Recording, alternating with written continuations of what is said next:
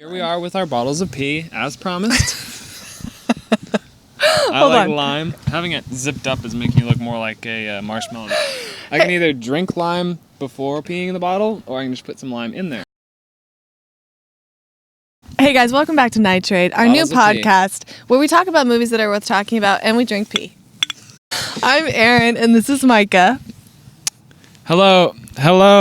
Micah, tell us what movie we're doing today. We are talking about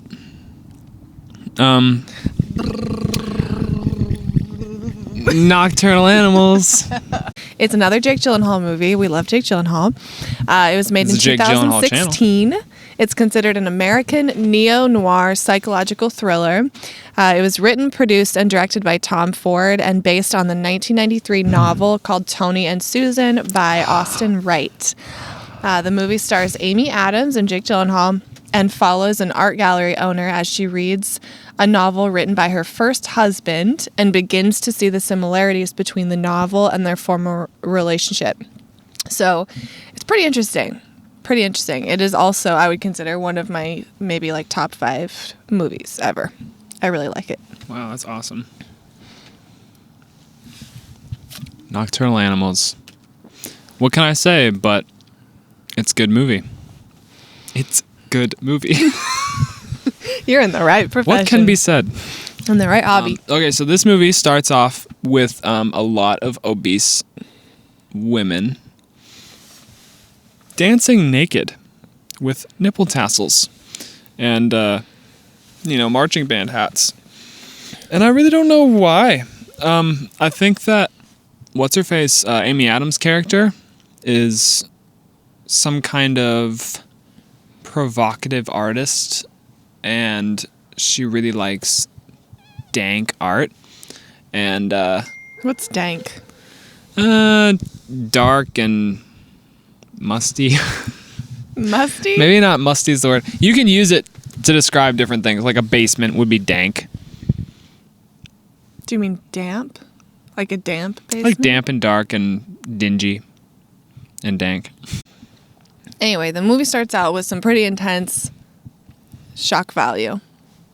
I think it's shock value. Do you think there's any meaning to the naked people dancing? I don't know. She's a shock value artist for sure.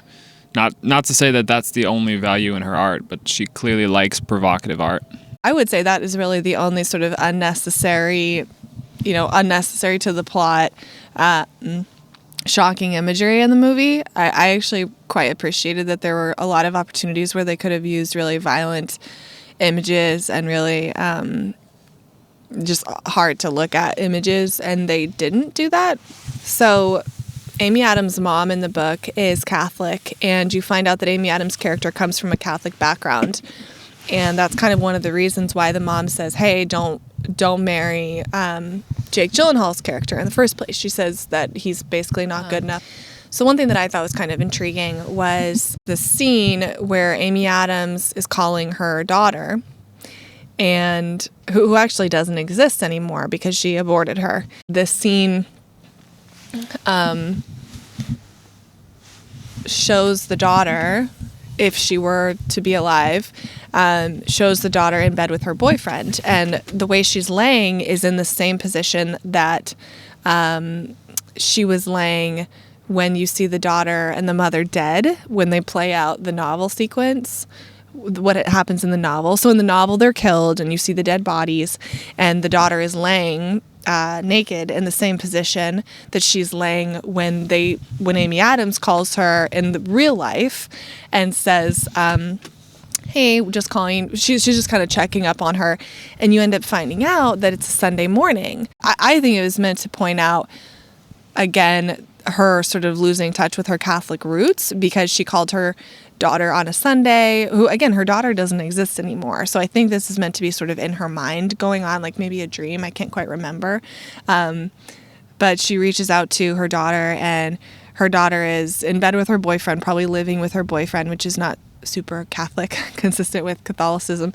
But it's also a Sunday morning and they're not at church. And so I think that was meant to sort of point out, once again, when she aborted her daughter, she was going against sort of her background and her history, which was ironic because that was why she That was why one of the reasons why, in theory, she divorced Jake Gyllenhaal's character. Yeah, I remember that scene. It is funny because it clearly is paralleling the scene where you see her and her daughter dead in the book version of the story. So there's parallels there. Everything you just said, basically. Like, there's not really a better way to put it. But do you see that too? Like, that's not just me. I mean, with the Catholicism thing, it really just kind of shows me, okay, they broke up for no really great reason. She broke up with him for kind of not, I won't say for her mother's sake, but because her mom kept planting ideas in her head, she started to resent him and look at him through the lens that her mother wanted her to look at him through. Yes, that's a much better way to put it, because I don't think the emphasis was so much meant to be on Catholicism as it was meant to be on, these are her roots and this is her history.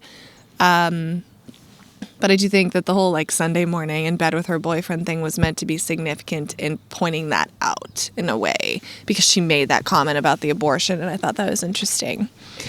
It's hard to really put details of this movie just into like good words, because it's just kind of like a cloud of details being thrown at you, kind of like Donnie Darko, where it's like it's kind of hard to just flesh out an idea, in words. You're really just kind of throwing things at the screen, and we're not going to explain it the best way ever. Yeah.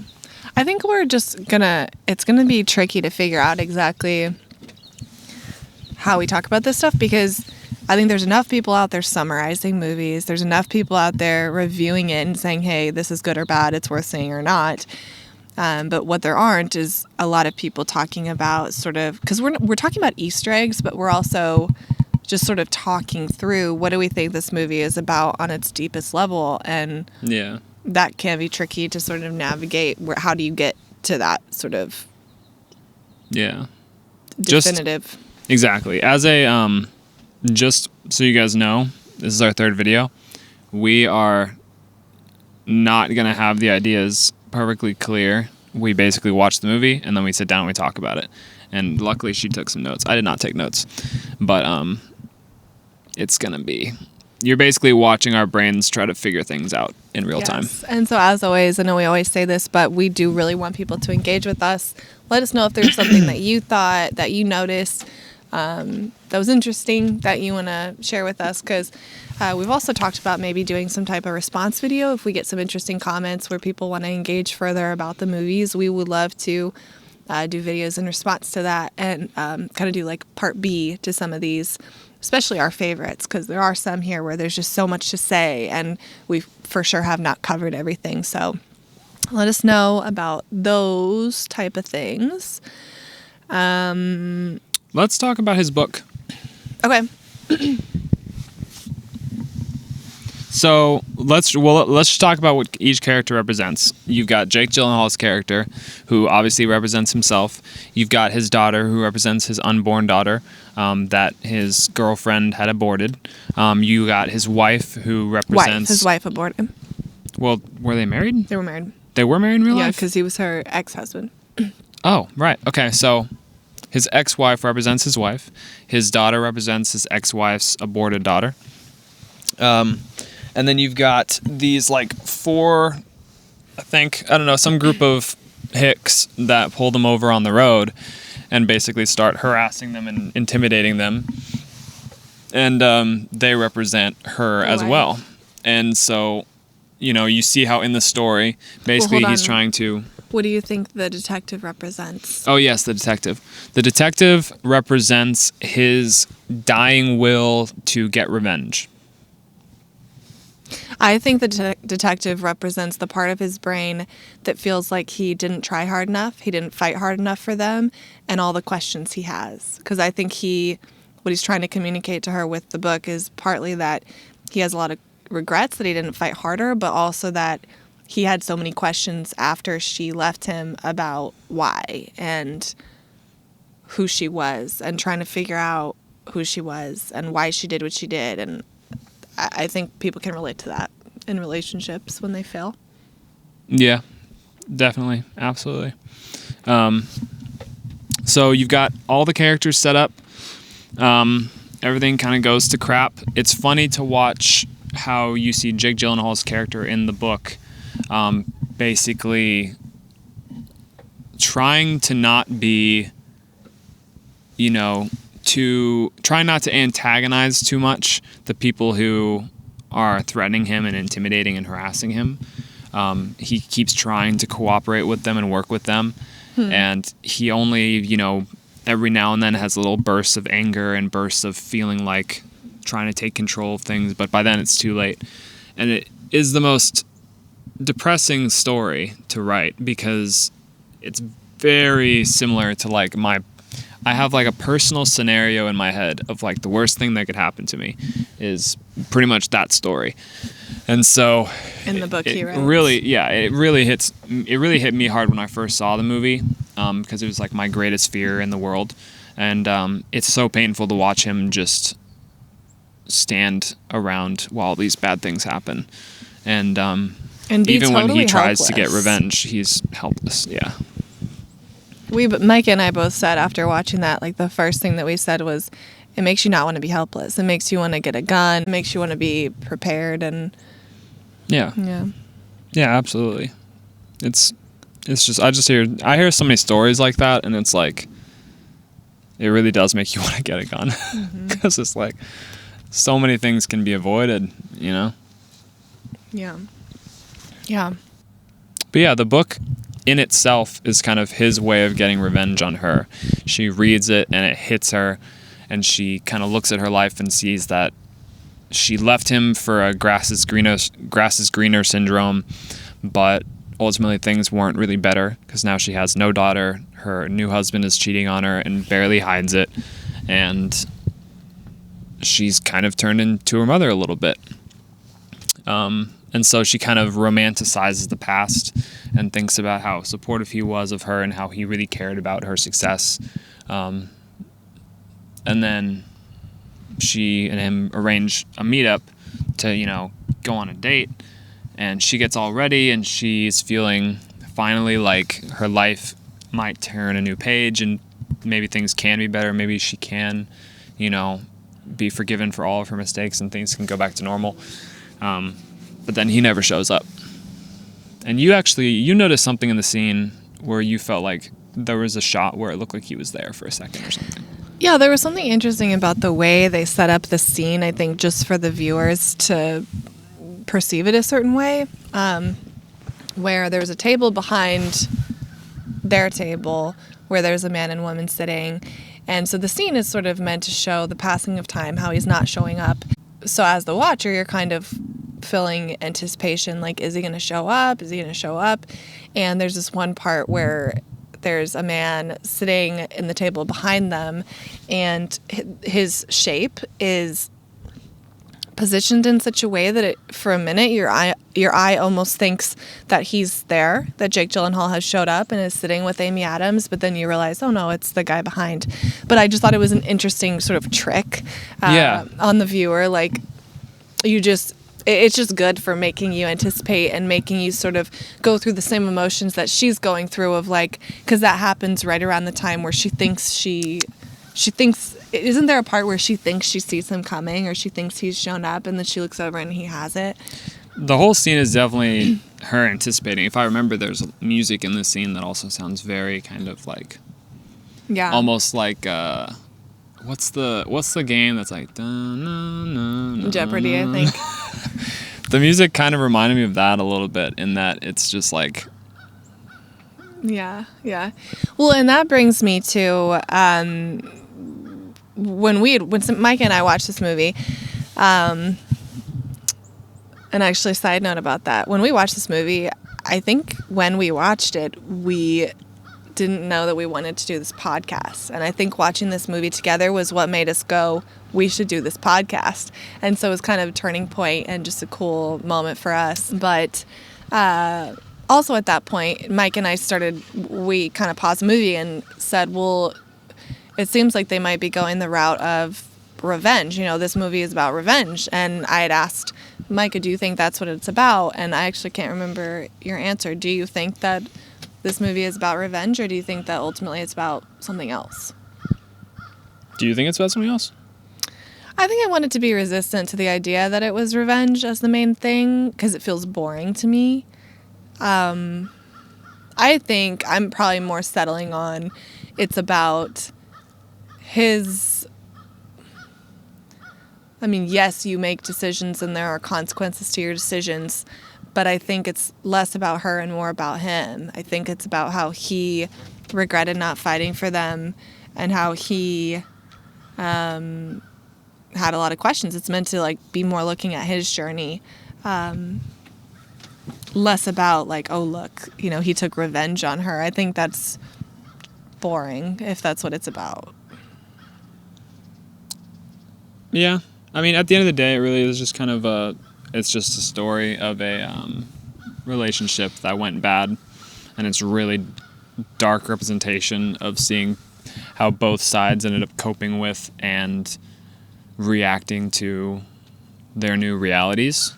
And one of them just kind of stayed in the past, and one of them tried to move on, but ultimately both of them were not happy with the new thing, but tables did kind of turn. So to me, it's a revenge movie, but it's not like he got some crazy, amazing revenge. He just kind of showed her, look, let me show you.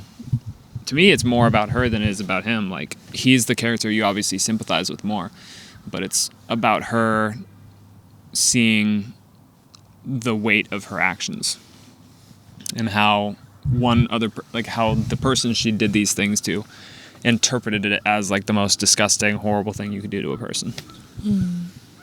Yeah. It really is. I mean, it's much more simple than something like Donnie Darko, or maybe even Parasite. It's simple, but it's also, like, if you're interested in sort of psychological stuff and mystery, it has enough of that it's really, really engaging. I do think there were some scenes in the movie that probably had just visual significance that I couldn't decipher necessarily, but I felt like it was there. Like, there's a scene that we talk a lot about where Amy Adams' character is walking up a staircase, and there's a staircase up on the higher level, and there's a staircase on the lower level.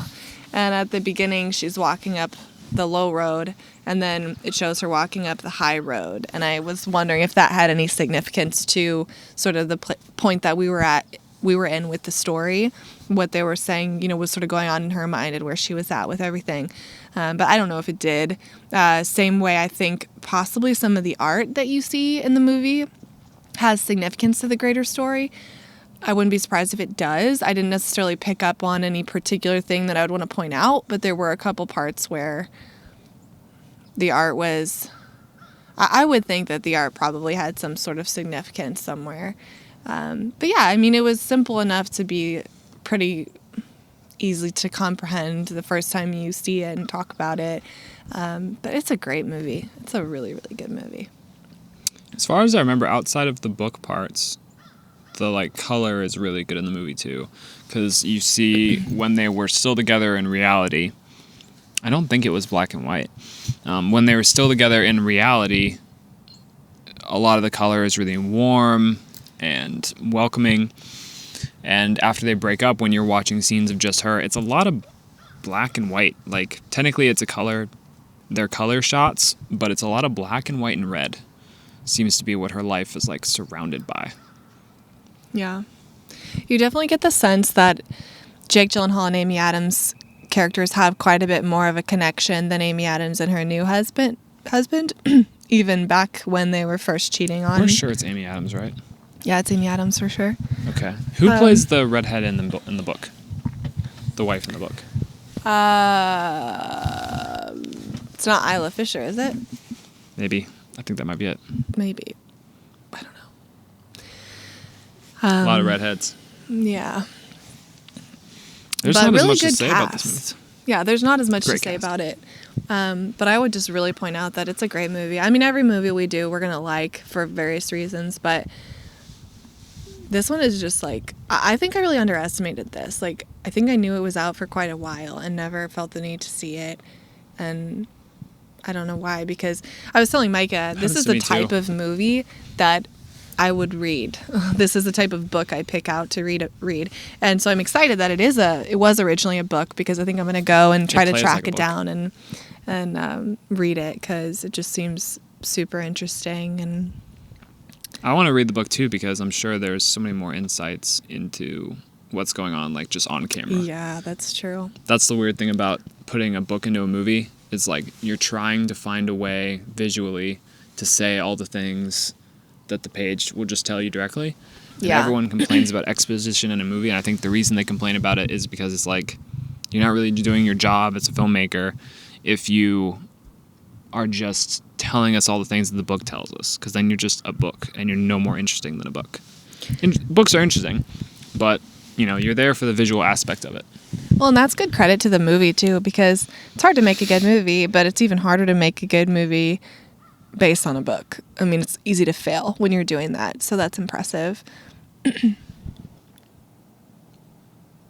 It's funny how like materialistic, maybe materialistic isn't the right word, but things are so vapid, maybe would be the right word.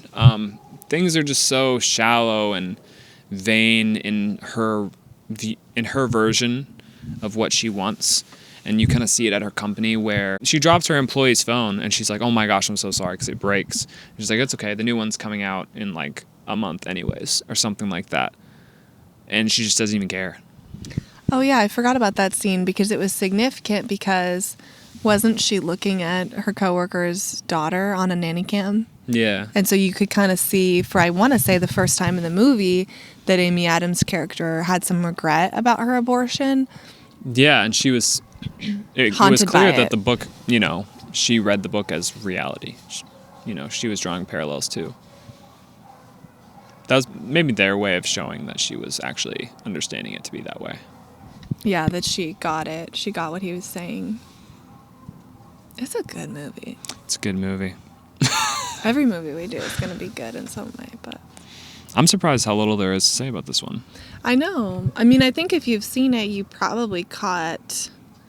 You can't really finish watching this. This is one of those ones where you can't finish watching it and not sort of go, wait, what? Like, I have to believe that pretty much everyone that watches it sees that parallel is being drawn and that's what makes it all interesting. And if you don't catch that, you really missed.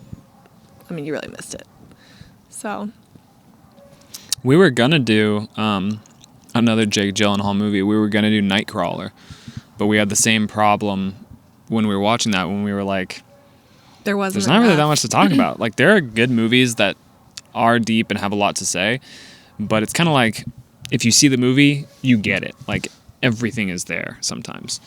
Yeah. And I think with Parasite, I was shocked by the things that you were coming up with because they were definitely valid and they were not obvious to me. So movies like Parasite or Donnie Darko are the kind of things that we can make really long videos about. Like, we've only been recording at this point for 35 minutes. So, Yeah. Certain movies there's good movies out there, but certain movies are much broader in like the things that they throw in front of you, and people can react to it in a broad, range of ways. Well, and honestly, that's why we want comments. Please. Do you remember the scene where it's the novel playing out on screen and you're seeing Jake Gyllenhaal with the guy who murdered the wife and daughter? And it's that moment, I think, where he has to pick up the gun and kill him. Was there anything about that particular scene that sort of revealed things about his marriage to you? He didn't want to shoot him. Yeah. Like, you can see, it's funny because it's like, in the scenes where the detective tells him, why don't you, tell this guy what you think he did? There's two scenes like that. So they clearly wanted to make a point of this. And they say, and he instantly will go into, like, it's like a trained dog. Like, when he tells him, why don't you tell him what you think he did? And he instantly just blurts out this almost, like, pre-scripted jumble of words explaining what's going on. And he says it so fast and he says it so on command that it's clear he's eager to explain things. But in all the scenes where you see him actually having the ability to take action and take revenge and have a lasting effect, you see that he's hesitant. And it's kind of funny to me that last scene where he doesn't show up is like the first time he does something. Instead of just writing the book, he does something that has a lasting effect. That's interesting. That's true. There's a part of me that hated that he didn't show up. I mean, the part of me that wanted to see sort of that reconciliation and... Yeah. Yeah. It's a negative movie. Yeah. It doesn't leave you feeling good, that's for sure. No. I've gone back and forth on whether that scene is supposed to be a powerful version of revenge. But I mean, you know, romance, it does affect people. Like, not showing up to a date with your ex-husband or with your ex-wife, that would hit pretty hard. Like, whether or not we think it would hit, I'm sure that would hit really hard. Well, yeah, I mean, and uniquely in their relationship, they had some pretty dark water under the bridge, you know, with her getting the abortion and not sharing that with him, the cheating. I mean, this isn't just like a normal end of a relationship. So, yeah. Yeah. It was a really good movie, you guys, and you should check it out if you haven't. Definitely comment below. I wouldn't be surprised if in the future we try to take some sort of the structure of our videos in a little bit of a different direction. Still all to serve, you know, sort of the goal of just sitting here and casually talking with you guys about movies that we like and sort of unearthing some of the more interesting things about these movies. But yeah, I mean, we're open to different formats. We're open to a lot of things. We've talked about doing, I think I already said, we're maybe response videos to comments. We'd love to do Q&As if you guys are interested in learning about us. Of course, as we've said, we are super interested in learning about you guys. Tell us about yourselves. Tell us what movies you like, what you want to see. We're pretty committed to sort of a type of movie that we really like, and we're pretty committed to wanting this to be casual. We hope that we enlighten you, but we're also not necessarily here to just educate you in a comprehensive way about all these movies. You know, we hope you've seen them and are already interested in the movies when you come to hang out with us. So, yeah. Do you guys want to see what our view is? It doesn't look great from where you are. But let me just show you guys. We are actually on our balcony. Duct tape production. Balcony, and she's visiting over here. Oh yeah, and we're brother and sister. Her husband's downstairs. Watching the Vikings-Saints game. Yeah. And so, yeah, we do this on Sundays. Because it's good timing. Yeah. But yeah. I think we might keep using this spot because it's not bad. Yeah, it has pretty good lighting during the day, during the football cold. game. It is chilly this time of year. Well.